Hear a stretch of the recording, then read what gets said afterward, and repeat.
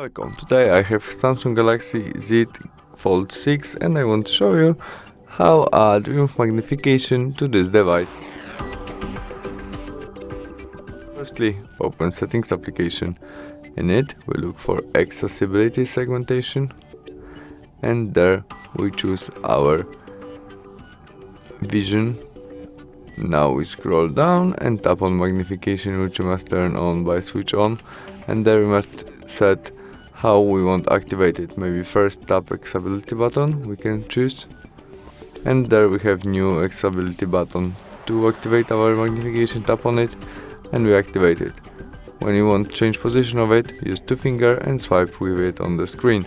You can also zoom on or zoom out. To turn off it, press again on your shortcut. And that's all. Thanks for watching, see you soon, bye.